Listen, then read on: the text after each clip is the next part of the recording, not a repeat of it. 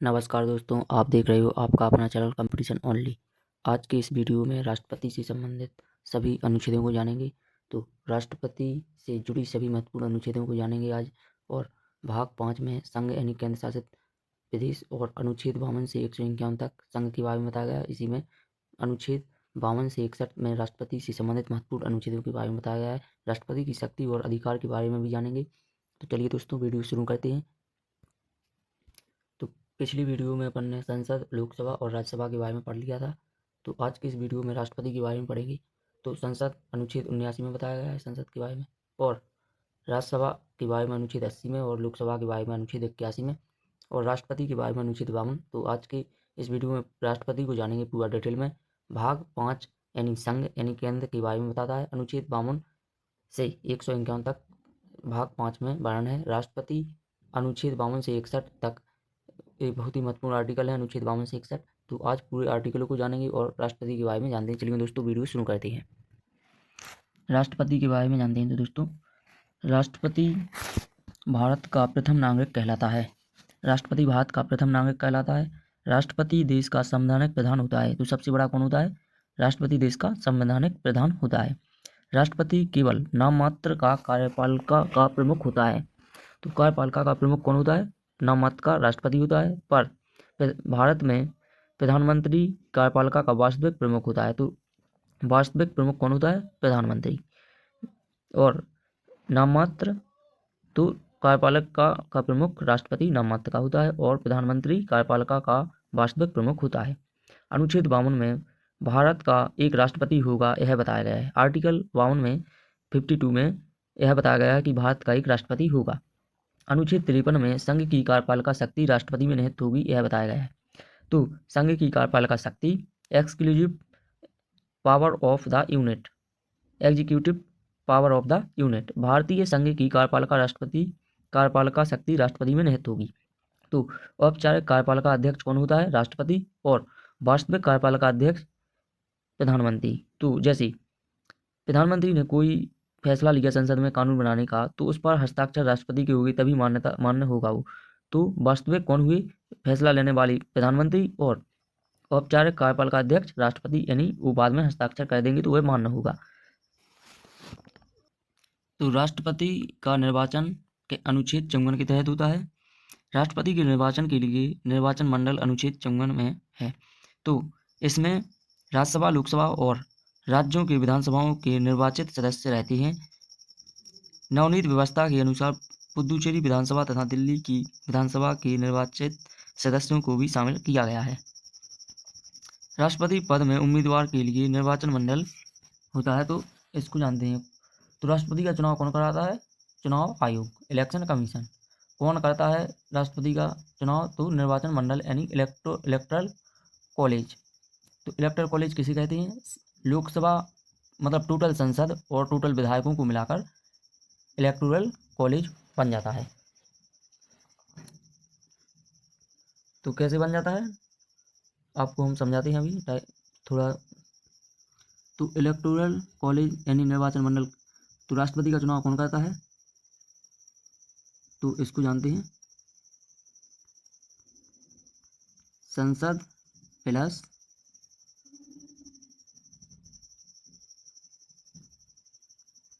विधायक। तो पूरे देश की संसद और विधायक राष्ट्रपति का चुनाव करवाते हैं। जैसे लोकसभा, राज्यसभा और विधानसभा, ये तीनों मिलाकर क्या करते हैं? राष्ट्रपति का चुनाव। और इनको क्या बोलते हैं? Electoral college. तो लोकसभा के निर्वाचित सदस्य और राज्यसभा के निर्वाचित सदस्य तथा राज्यों तथा केंद्र शासित प्रदेशों की विधानसभाओं के निर्वाचित सदस्य ये मिलकर क्या राष्ट्रपति का चुनाव करते हैं। और इसमें जनता शामिल नहीं होती है। राष्ट्रपति का चुनाव अप्रत्यक्ष होता है। तो चलिए दोस्तों, आगे समझते हैं। तो राष्ट्रपति के निर्वाचन की रीति अनुच्छेद 55 में राष्ट्रपति के निर्वाचन के बारे में बताया गया है। एकल संक्रमणीय मत पद्धति, तो सिंगल ट्रांसफरेबल वोटिंग सिस्टम। तो ये क्या होता है राष्ट्रपति का चुनाव? तो इसे जानते हैं थोड़ा डिटेल में। तो क्या होता है कि जीतने के लिए राष्ट्रपति को 50% मतों से थोड़े अधिक या 50% होना चाहिए। तो अनुच्छेद 55 में चुनाव के बारे में है, राष्ट्रपति के निर्वाचन रीति के बारे में। ठीक, तो इसमें वोट कैसे डलते हैं ये समझते हैं। तो अपन ने ए लिखा, ए बी लिखा और ए सी लिखा। तो इनका प्रथम अनुपात की तरह रहता है कि आप किसे पसंद करते हैं। तो पहले वोट डाला किसी ने तो वो इनको 1 नंबर पर रखा, इनको 2 नंबर पर रखा और इनको 3। वोट सभी को देना पड़ता है क्योंकि इसमें सिंगल वोट नहीं होता है। जैसे लोकसभा में जनता वोट देती है तो सिर्फ वो किसी एक को चुन सकता है, पर जब राष्ट्रपति का चुनाव होता है तो एमएलए या संसद वोट कैसे देते हैं कि पहले नंबर पर किसे रखना चाहते हैं। तो ए को या बी को या सी को, ये 3 प्रत्याशी खड़े हैं। तो अब दूसरे व्यक्ति आए, उनने वोट किया तो दूसरे नंबर पर इन्हें रखा और पहले नंबर पर इन्हें, और इनको तीसरे पर ही रखा मान के चलिए। अब यहाँ पर क्या होता है, अब और तीसरा व्यक्ति आया वोट डालने के लिए यानी संसद, तो उसने पहले नंबर पर इन्हें रखा, दूसरे नंबर पर इनको और तीसरे पर इनको। तो इसका अब क्या होगा, तो ऐसे वोट आगे डलते जाएंगे। तो प्रथम नंबर पर इसमें 2 व्यक्तियों ने रखा, जैसे प्रथम नंबर पर 2 व्यक्तियों ने रखा इनको, और इनको सिर्फ 1 व्यक्ति ने रखा, और इनको तीसरे पर रखा। तो ये तो राष्ट्रपति बनेंगी नहीं। अब पहले पसंद सबसे ज़्यादा किसकी है, 1 की, मतलब इसमें भी 1 को रखा तो इन ये भी नहीं बनेंगे। तो राष्ट्रपति बनेगा कौन, इन्हें 2 लोगों ने पसंद किया है पहले नंबर पर, इनको 1 लोगों ने, और इसमें तीसरे पर। तो पहले नंबर पर ये राष्ट्रपति बन जाएंगे, प्रथम वाले ए ऑप्शन वाले। तो ए वाले बन जाएंगे। ए संसद एमएलए इनकी पसंद का मामला होता है, तो पसंद से ही इन्हें जिताया जाता है। आपको 2 उदाहरण और इनको भी समझा दे रहे जो लिखे हुए हैं। तो इनके वोट अनुपात में डलते हैं।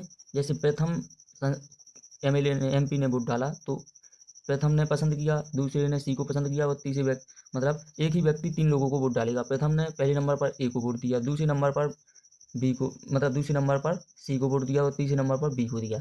अब दूसरी संसद आई तो उनने प्रथम नंबर पर 1 को वोट दिया, दूसरे नंबर पर दूसरे को, तीसरे नंबर पर तीसरे को। अब कोई तीसरा संसद आया तो उसने दूसरे नंबर पर रखा ए वाले प्रत्याशी को, बी वाले प्रत्याशी को प्रथम नंबर पर, और सी वाले प्रत्याशी को तीसरे नंबर पर रखा। अब चौथी संसद आई तो उन्होंने प्रथम नंबर पर एक ए वाले प्रत्याशी को रखा, और दूसरे नंबर पर सी वाले को, तीसरे नंबर पर बी को रखा। तो इसमें आपने क्या देखा कि सबसे ज़्यादा प्रथम नंबर पर किसको रखा गया, 1 को। तो इनको 3 व्यक्तियों ने रखा, और बी को 1 व्यक्ति ने रखा, और सी को लास्ट में रखा। तो सी तो राष्ट्रपति बनेगा नहीं, ये भी राष्ट्रपति नहीं बनेगा। सबसे ज़्यादा वोट किस, प्रथम नंबर सबसे ज़्यादा पसंद किसे किया गया है, ए नंबर को, तो ए राष्ट्रपति बन जाएगा। दूसरा उदाहरण में आप समझ लीजिए बिल्कुल क्लियर। तो प्रथम नंबर पर ए को कितने लोगों ने पसंद किया, 2 लोगों ने, और 2 लोगों को ही पसंद किसने किया, मतलब बी को, बी प्रत्याशी को, और लास्ट में सी को। तो सी तो राष्ट्रपति बनेगा नहीं, तो इनके वोट क्या हो गए, बराबर। तो दूसरे नंबर पर किसको रखा गया, तो दूसरे नंबर पर बी को, और प्रथम नंबर पर ए को। जैसे इनको 2 लोगों ने पसंद किया, इनको भी 2 लोगों ने पसंद किया, तो इनके ये दो बराबर हो गए। अब इसके बाद क्या होता है, दूसरे नंबर पर ए की दोबारा जनगणना होगी, द्वितीय गिनती होगी। तो दूसरी बार गिनती में 2 नंबर पर ए को 2 लोगों ने रखा, और बी को 1 लोग ने रखा 2 नंबर पर। ठीक, तो राष्ट्रपति कौन बनेगा, ए। तो आगे बढ़ते हैं दोस्तों। तो राष्ट्रपति का कार्यकाल अनुच्छेद 56 में बताया गया है। राष्ट्रपति का कार्यकाल अनुच्छेद 56 में है। तो राष्ट्रपति अपने पद ग्रहण की तिथि से 5 वर्ष की अवधि तक पद धारण करेगा। तो जिस दिन से उन्होंने शपथ ली है, पद ग्रहण किया है, तो 5 वर्ष की अवधि तक पद धारण करे रहेंगे। ठीक, अब तो इसे समझते हैं थोड़ा डिटेल में। राष्ट्रपति अपने पद ग्रहण की तिथि से 5 वर्ष की अवधि तक पद धारण करेंगे, और अपने पद की समाप्ति के बाद भी वह पद पर तब तक बना रहेंगे जब तक उसका उत्तराधिकारी पद ग्रहण नहीं कर लेगा। अगर कोई राष्ट्रपति बन गया है, अगर कोई दूसरा राष्ट्रपति नहीं बना, तब तक राष्ट्रपति के पद पर वही राष्ट्रपति रहेंगे जो पहले थे। अनुच्छेद 56 बताता है, पद धारण करने से पूर्व राष्ट्रपति को एक निर्धारित प्रपत्र पर भारत के मुख्य न्यायाधीश अथवा उनकी अनुपस्थिति में उच्चतम न्यायालय के वरिष्ठ न्यायाधीश के सन्मुख शपथ लेनी पड़ती है। अनुच्छेद 57 को समझते हैं, पुनः निर्वाचन के लिए पात्रता, एलिजिबिलिटी। तो एक बार राष्ट्रपति बनने के बाद भी दोबारा राष्ट्रपति का चुनाव लड़ा जा सकता है। तो पुनर्निर्वाचन के लिए पात्रता क्या है? एक बार राष्ट्रपति बनने के बाद भी दोबारा राष्ट्रपति का चुनाव लड़ सकते हैं। अपने भारत देश में कई बार चुनाव लड़ सकता है राष्ट्रपति के लिए कोई भी अनुच्छेद 57 के तहत। एकमात्र राष्ट्रपति जो 2 बार राष्ट्रपति बने वो डॉक्टर राजेंद्र प्रसाद हैं। तो ऐसे कौन से राष्ट्रपति हैं जो 2 बार राष्ट्रपति बने? तो वह हैं डॉक्टर राजेंद्र प्रसाद। अनुच्छेद 58 को समझते हैं। अब राष्ट्रपति पद की योग्यता के बारे में जानते हैं। तो अनुच्छेद 58 में राष्ट्रपति पद की योग्यता के बारे में बताया गया है। तो राष्ट्रपति पद की योग्यता के बारे में जानते हैं। तो वह भारत का नागरिक हो, 35 वर्ष की आयु हो और लोकसभा का सदस्य बनने योग्य हो, लाभ के पद पर ना हो, यानी सरकारी नौकरी। तो राष्ट्रपति पद की योग्यता संविधान के अनुच्छेद 58 के अनुसार कोई व्यक्ति राष्ट्रपति होने योग्य तब होगा जब वह भारत का नागरिक हो, 35 वर्ष की आयु पूरी हो चुकी हो, लोकसभा का सदस्य यानी निर्वाचित किए जाने योग्य हो और चुनाव के समय लाभ का पद धारण नहीं करता हो।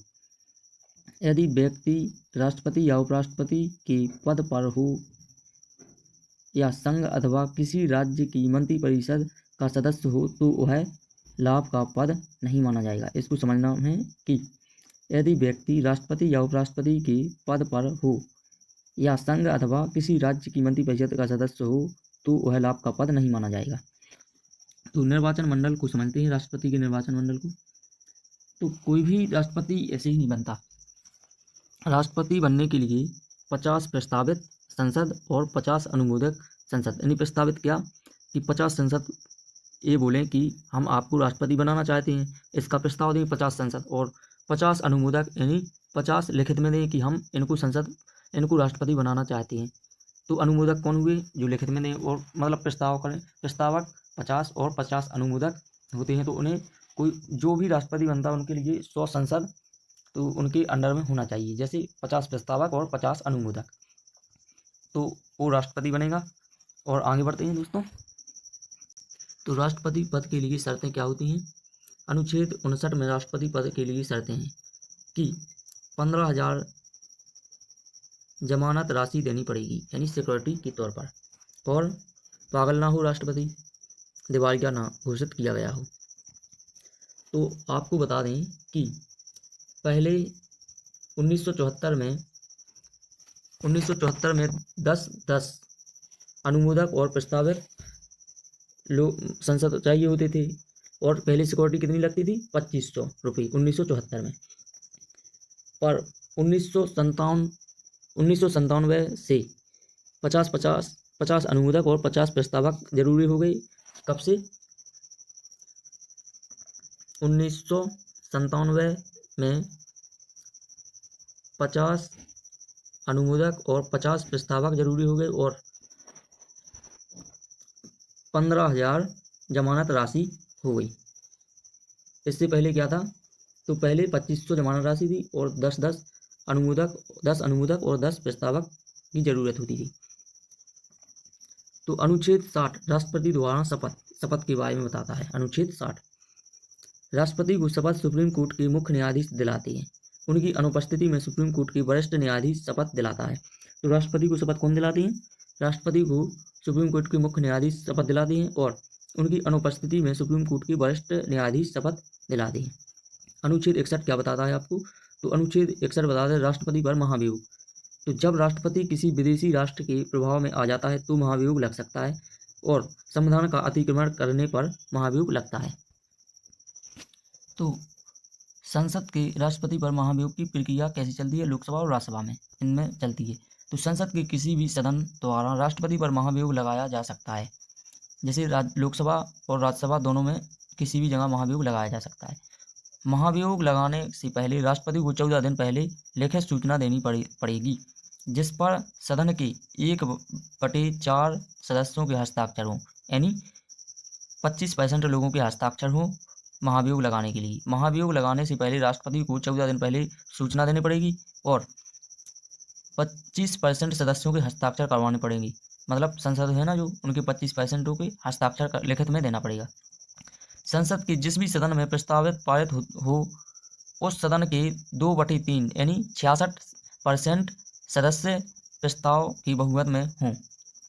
2/3 लोग प्रस्ताव के बहुमत में हों तो उसके बाद दूसरे सदन में भी वह प्रस्ताव 2/3 बहुमत से पास हो, तब जाकर राष्ट्रपति को उसके पद से हटाया जाएगा, मतलब महाभियोग लग जाएगा। 66 सही 1/3% लोग क्या करें, ए प्रस्ताव पर हस्ताक्षर कर देंगे, यानी तो राष्ट्रपति पर महाभियोग लग जाएगा। 2/3 बहुमत से पास हो जाएगा, यानी 66 सही 1/3 से पास होगा, तब जाकर राष्ट्रपति को उसके पद से हटाया जाएगा। तो इसको थोड़ा डिटेल में जानते हैं। राष्ट्रपति की रिक्ति को 6 माह के अंदर भरना होता है। अगर राष्ट्रपति का पद खाली पड़ा हुआ है तो उसको 6 माह के अंदर भरना पड़ेगा। जब राष्ट्रपति का पद रिक्त पदावधि 5 वर्ष की सीमा से हुई है तो निर्वाचित पदावधि की समाप्ति से पहले ही कर लिया जाएगा। अनुच्छेद 62 बताता है 62(1) किंतु यदि उसे पूरा करने में कोई विलम्ब हो जाता है तो राज अंतराल न होने पाए, इसलिए यह उपबंध है कि राष्ट्रपति अपने पद की अवधि समाप्त हो जाने पर भी तब तक पद पर बना रहेगा जब तक उसका उत्तराधिकारी पद धारण नहीं कर लेगा। अनुच्छेद 56 ऐसी दशा में उपराष्ट्रपति राष्ट्रपति के रूप में कार्य नहीं कर सकेगा। तो आगे बढ़ते हैं दोस्तों।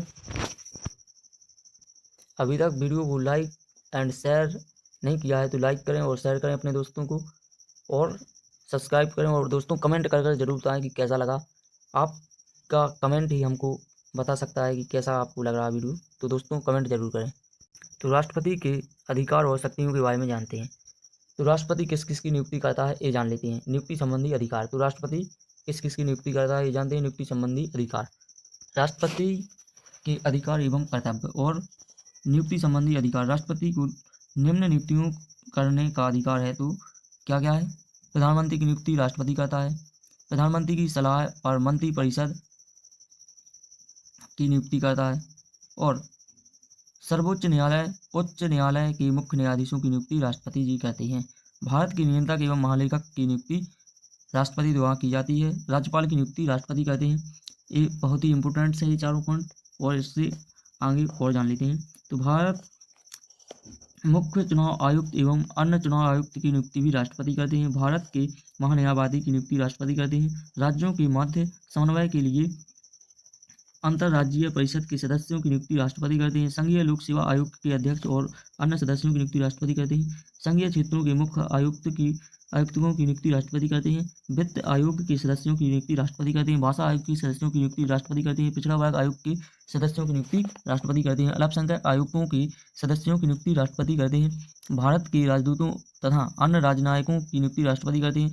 अनुसूचित क्षेत्रों के प्रशासन से संबंध में रिपोर्ट देने वाले आयोग के सदस्यों की नियुक्ति राष्ट्रपति करते हैं।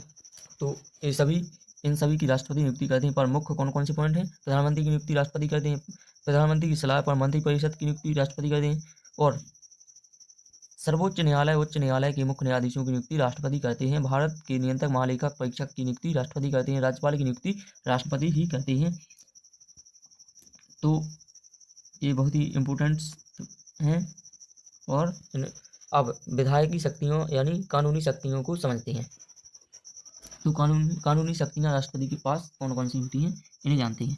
तो राष्ट्रपति के हस्ताक्षर के बिना कोई भी विधेयक कानून नहीं बनता। जब तक राष्ट्रपति अपना हस्ताक्षर नहीं करेंगे तब तक कोई भी विधेयक कानून नहीं बन सकता, चाहे वह लोकसभा में पास हो गया हो या राज्यसभा में। लेकिन जब तक राष्ट्रपति के हस्ताक्षर नहीं होंगे तब तक वह कानून नहीं बनेगा। तो राष्ट्रपति के हस्ताक्षर के बिना कोई भी विधेयक कानून नहीं बनता है। राष्ट्रपति को दोनों सदनों की संयुक्त अधिवेशन बुलाने का अधिकार है। राष्ट्रपति को दोनों सदनों के संयुक्त अधिवेशन को बुलाने का अधिकार है। और लोकसभा को भंग करने संबंधी अधिकार भी है। तो लोकसभा को भंग कर सकता है राष्ट्रपति। संसद में निम्न विधेयकों को पेश करने से पहले राष्ट्रपति की सहमति आवश्यक है। तो राष्ट्रपति की सहमति किन किन विधेयकों को पेश करने पर आवश्यक है।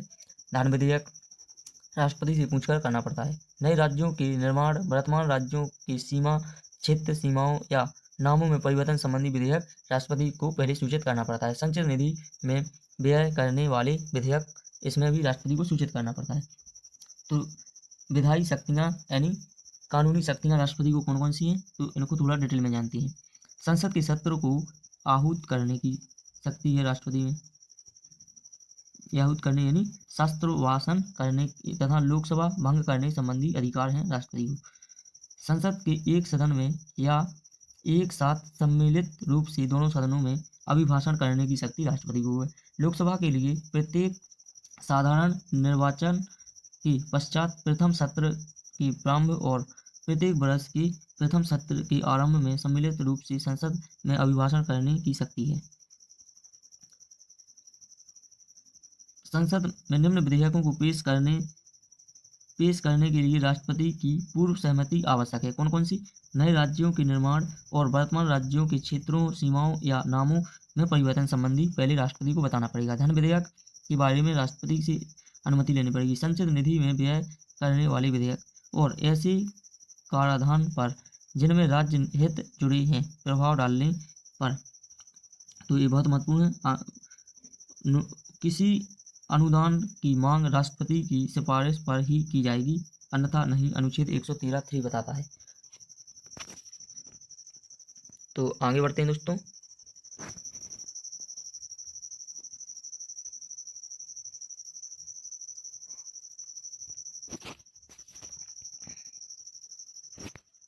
संसद के सदनों को मनोनीत करने का अधिकार। तो राष्ट्रपति के अधिकार और शक्तियाँ। तो राष्ट्रपति राज्यसभा में 12 सदस्यों को मनोनीत कर सकता है। राष्ट्रपति राज्यसभा में कितने लोगों को मनोनीत कर सकता है? 12 सदस्यों को मनोनीत कर सकता है। पहले लोकसभा में 2 एंग्लो भारतीय समुदाय के व्यक्तियों को मनोनीत करते थे, पर संविधान संशोधन 104 के अंतर्गत एंग्लो इंडियन का आरक्षण अब खत्म कर दिया गया है। तो इसे थोड़ा डिटेल में जानते हैं, 12 सदस्यों को मनोनीत कैसे करते हैं। संसद सदस्यों के मनोनयन का अधिकार किसको है? राष्ट्रपति को। जब राष्ट्रपति को यह लगे कि लोकसभा में भारतीय समुदाय के व्यक्तियों का समुच्चय प्रतिनिधित्व नहीं है, तब वह उस समुदाय के 2 व्यक्तियों को लोकसभा के सदस्यों के रूप में मनोनीत कर सकता है। तो इसमें कितने राष्ट्रपति किन लोगों को मनोनीत करता है, इसके बारे में जानते हैं। वह व्यक्ति कला, साहित्य, पत्रकारिता, विज्ञान तथा सामाजिक कार्यों में पर्याप्त अनुदान एवं दक्षता रखने वाले 12 व्यक्तियों को राज्यसभा में मनोनीत कर सकते हैं राष्ट्रपति। किस किस क्षेत्र से आने वाले व्यक्तियों को राष्ट्रपति मनोनीत कर सकते हैं? कला, साहित्य, पत्रकारिता, विज्ञान, सामाजिक कार्यों में पर्याप्त अनुदान या दक्षता रखने वाले 12 व्यक्तियों को राज्यसभा में मनोनीत किया जा सकता है। राजनीतिक शक्तियों को समझते हैं अब। तो राजनीतिक शक्तियाँ। दूसरे देशों के साथ कोई भी समझौता या संधि राष्ट्रपति के नाम से ही की जाएगी। तो दूसरे देशों में जो भी समझौता या कुछ भी होता है तो किसके नाम पर होता है? राष्ट्रपति के। राष्ट्रपति विदेशों के लिए भारतीय राजदूतों की नियुक्ति करते हैं और भारत में विदेशों के राजदूतों की नियुक्ति का अनुमोदन करते हैं। कौन? राष्ट्रपति।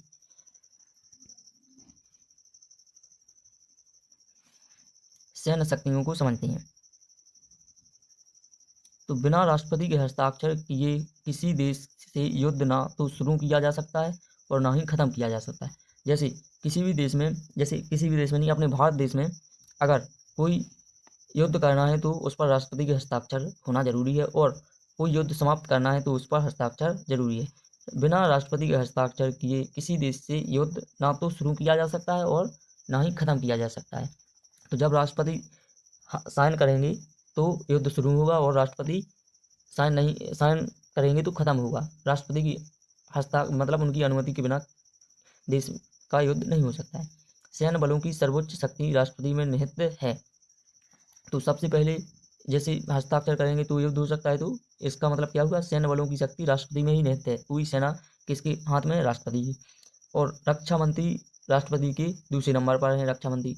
अब रक्षा मंत्री के बाद चीफ ऑफ डिफेंस स्टाफ, तो इसमें थल सेना, वायुसेना और जल सेना, ये सभी इनके नीचे हैं। सबसे ऊपर कौन है? राष्ट्रपति, फिर रक्षा मंत्री, इसके बाद चीफ ऑफ डिफेंस स्टाफ, और इनके बाद है थल सेना, वायुसेना और जल सेना। तो इसके बारे में थोड़ा डिटेल में जानते हैं। सैन्य शक्ति। सैन्य बलों की सर्वोच्च शक्ति राष्ट्रपति में निहित है, किंतु इसका प्रयोग विधि द्वारा नियमित होता है।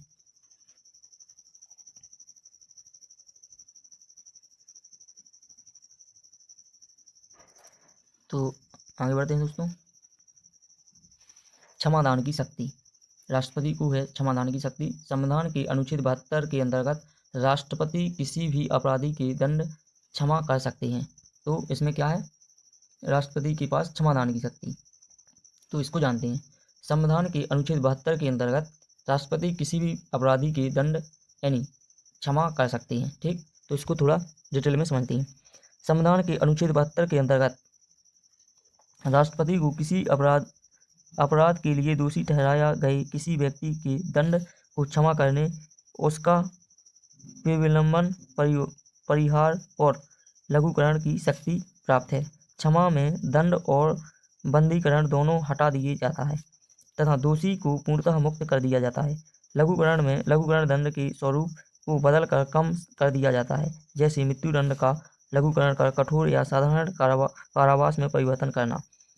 परिहार में दंड की प्रक्रिया में परिवर्तन किए बिना उसकी अवधि कम कर दी जाती है, जैसे 2 वर्ष के कठोर कारावास को 1 वर्ष के कठोर कारावास में परिहार करना। विलंबन में किसी दंड पर विशेषकर मृत्युदंड रोक लगाना ताकि दोषी व्यक्ति क्षमा याचिका कर सके। विराम में किसी दोषी की सजा का विशेष स्थिति से कम कर दिया जाता है, जैसे गर्भवती स्त्री की सजा को कम कर देना। तो इसे ध्यान से सुनना। जब क्षमादान की पूर्ण याचिका राष्ट्रपति ने रद्द कर दी हो तो दूसरी याचिका नहीं दायर की जा सकती। यदि कोई व्यक्ति राष्ट्रपति से क्षमा की याचिका डालता है और उसी राष्ट्रपति रद्द कर दें तो वह दूसरी याचिका नहीं डाल सकता है। तो ये क्षमादान की शक्ति है। राष्ट्रपति की क्षमादान शक्ति अनुच्छेद 72 के अंतर्गत किसी अपराधी को दंड क्षमा कर सकते हैं वो, और जब राष्ट्रपति की पूर्ण याचिका राष्ट्रपति ने रद्द कर दी हो तो दूसरी याचिका नहीं दायर की जा सकती है। विशेष शक्तियों के बारे में जानते हैं राष्ट्रपति की। तो राष्ट्रपति को गिरफ्तार नहीं किया जा सकता। राष्ट्रपति पर फौजदारी मुकदमा नहीं चलाया जा सकता। जब तक राष्ट्रपति अपने पद पर हैं तो राष्ट्रपति को गिरफ्तार नहीं किया जाएगा। राष्ट्रपति पर फौजदारी मुकदमा नहीं चलाया जा सकता है। आपातकालीन शक्तियों को जानते हैं। तो आपातकालीन शक्तियाँ, राष्ट्रीय आपातकाल अनुच्छेद 352 के तहत लगता है और राष्ट्रीय शासन अनुच्छेद 356 और वित्तीय आपातकाल अनुच्छेद 360 के तहत लगता है। तो राष्ट्रपति की आपातकालीन शक्तियाँ, आपातकाल से संबंधित उपबंध भारतीय संविधान के भाग 18 के अनुच्छेद 352 से 360 के अंतर्गत मिलता है। मंत्रिपरिषद के परामर्श से राष्ट्रपति 3 प्रकार की आपात लागू कर सकता है। युद्ध या बाह्य आक्रमण या शास्त्र विरोध के कारण लगाया गया आपातकाल अनुच्छेद 352 यानी राष्ट्रीय आपातकाल है। राज्यों में संवैधानिक तंत्र के विफल होने से उत्पन्न आपातकाल 356। तो राष्ट्रपति शासन लगता है ना जो, तो 356 के तहत जैसे राष्ट्रपति शासन कहाँ लगता है, तो राज्यों में संवैधानिक तंत्र के विफल होने पर उत्पन्न आपातकाल यानी राष्ट्रपति शासन 356 अनुच्छेद। जैसे कोई सरकार गिर गई या कुछ हो गया तो वहाँ क्या लगता है, राष्ट्रपति शासन अनुच्छेद 356। तो सबसे ज़्यादा कहाँ लगा राष्ट्रपति शासन, पंजाब में लगभग। वित्तीय आपात अनुच्छेद 360, न्यूनतम अवधि 2 माह है। तो वित्तीय आपात 2 माह के लिए लगता है सिर्फ, और अभी तक अपने भारत देश में वित्तीय आपात नहीं लगा है। तो वित्तीय आपात नहीं लगा है अपने देश में। तो दोस्तों आगे बढ़ते हैं, कुछ इम्पोर्टेंट फैक्ट जान लेते हैं। तो भारत के प्रथम राष्ट्रपति डॉक्टर राजेंद्र प्रसाद हैं और एकमात्र व्यक्ति जो 2 बार राष्ट्रपति बने वह डॉक्टर राजेंद्र प्रसाद हैं। भारत की प्रथम महिला राष्ट्रपति कौन बनी थी, प्रतिभा देवी सिंह पाटिल, मतलब प्रतिभा सिंह पाटिल। तो भारत की प्रथम महिला राष्ट्रपति प्रतिभा सिंह पाटिल। निर्विरोध जीतने वाले राष्ट्रपति कौन हैं, तो नीलम संजीव रेड्डी। नीलम संजीव रेड्डी निर्विरोध जीतने वाले राष्ट्रपति हैं। पहले मुस्लिम राष्ट्रपति डॉक्टर जाकिर हुसैन। तो प्रथम मुस्लिम राष्ट्रपति कौन बने, जाकिर हुसैन। राष्ट्रपति जिनकी मृत्यु कार्यकाल के दौरान हुई तो कौन है वो, डॉक्टर जाकिर हुसैन और फारुद्दीन अली अहमद, दोनों मुस्लिम राष्ट्रपति हैं और इनकी पद पर ही मृत्यु हुई है। तो दोस्तों अब राष्ट्रपति के वेतन भत्ते के बारे में जानते हैं। तो राष्ट्रपति का मासिक वेतन 1.5 लाख रुपये है। राष्ट्रपति का वेतन आयकर से मुक्त होता है। राष्ट्रपति को निःशुल्क निवास स्थान व संसद द्वारा स्वीकृत अन्य भत्ते प्राप्त होते हैं। राष्ट्रपति के कार्यकाल के दौरान उनके वेतन तथा भत्तों में किसी प्रकार की कमी नहीं की जाती। राष्ट्रपति के लिए 9 लाख रुपये वार्षिक पेंशन निर्धारित किया गया है। तो राष्ट्रपति के लिए 9 लाख रुपये वार्षिक पेंशन निर्धारित किया गया है। ठीक, तो आगे बढ़ते हैं दोस्तों।